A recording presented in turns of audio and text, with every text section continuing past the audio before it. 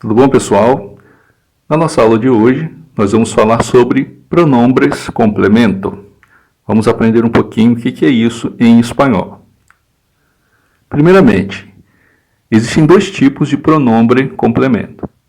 Primeiro, nós temos o pronombre de complemento direto, que é aquele que completa o significado de um verbo. E o segundo caso é o pronombre de complemento indireto, que designa o destinatário da ação descrita pelo verbo, que pode ser um ser animado, pode ser humano ou não humano, como um animal, por exemplo, ou inanimado, coisas, objetos. Então vamos ver agora uma tabela mostrando exatamente quais são esses pronombres complemento. Aqui nós podemos ver que são os pronombres sujeito, são aqueles pronomes que nós vamos relacionar a cada pessoa. Por exemplo, yo, primeira persona, tu, segunda persona, ele, usted, terceira persona. Esses três do singular. E vamos ter nosotros e nosotras, que é a primeira persona, vosotros, vosotras. Segunda persona, ele, ustedes, ustedes. Terceira persona, esses do plural. Então, a cada um deles, nós vamos ter relacionado o seu pronombre complemento, direto e indireto. Então, vamos ver aqui o direto. Sempre vai ser yo, eu vou usar. Para yo, eu vou usar me. Tu, te. Para ele, usted, nós vamos usar lo ou lá.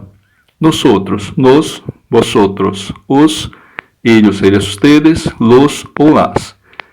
E agora nós vamos ter os pronombres complemento de indireto. No caso aqui, vamos ver a relação deles.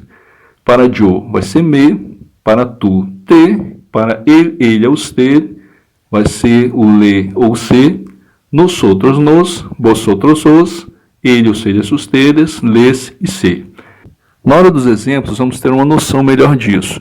E lembrando que na apostila, esse conteúdo é bem mais detalhado, com mais conteúdos e com mais explicações e também exemplos. Dando prosseguimento, vamos ver um exemplo de pronombre de complemento direto.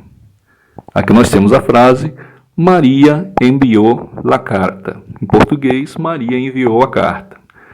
Nós vemos que, se fizermos a pergunta, o que enviou Maria? Quem enviou Maria?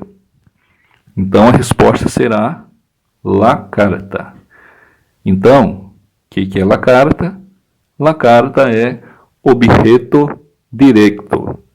Então, é aquilo, objeto directo, é aquilo que complementa o verbo. O verbo enviar, o que está relacionado é la carta. Então, ele é objeto directo. Bom, se essa frase for escrita de uma maneira um pouco diferente, em que será Maria la enviou. Nós sabemos que esse lá, que está aqui, se refere aqui. Se refere a la carta. Maria la enviou. Então, esse lá da segunda frase está substituindo o quê? Substituindo la carta.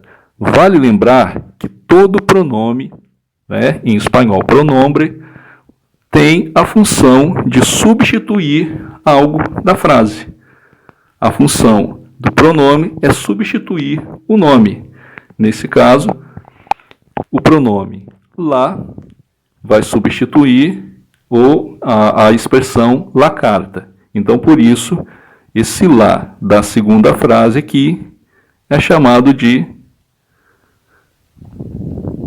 pronombre complemento direto. Vamos agora a outro exemplo. Exemplo de pronombre de complemento indireto. Vamos à frase. Juan vendió unos libros a Luca.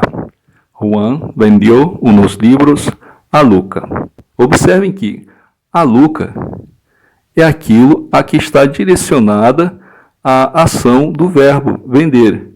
Então, toda a ação está direcionada a quem? A Luca, porque Juan vendió unos livros a Luca. Então, nós dizemos que a Luca é objeto indireto. Se nós formos ver a frase de uma outra maneira, Juan le vendió unos libros. Nós vamos ver que esse le aponta também exatamente a quem se direciona a ação do verbo vender. E ele faz referência especificamente a Luca, a expressão a Luca. Então, esse le faz referência a Luca e ele substitui a expressão a Luca da primeira frase. E por causa disso, ele é chamado de pronombre complemento indirecto.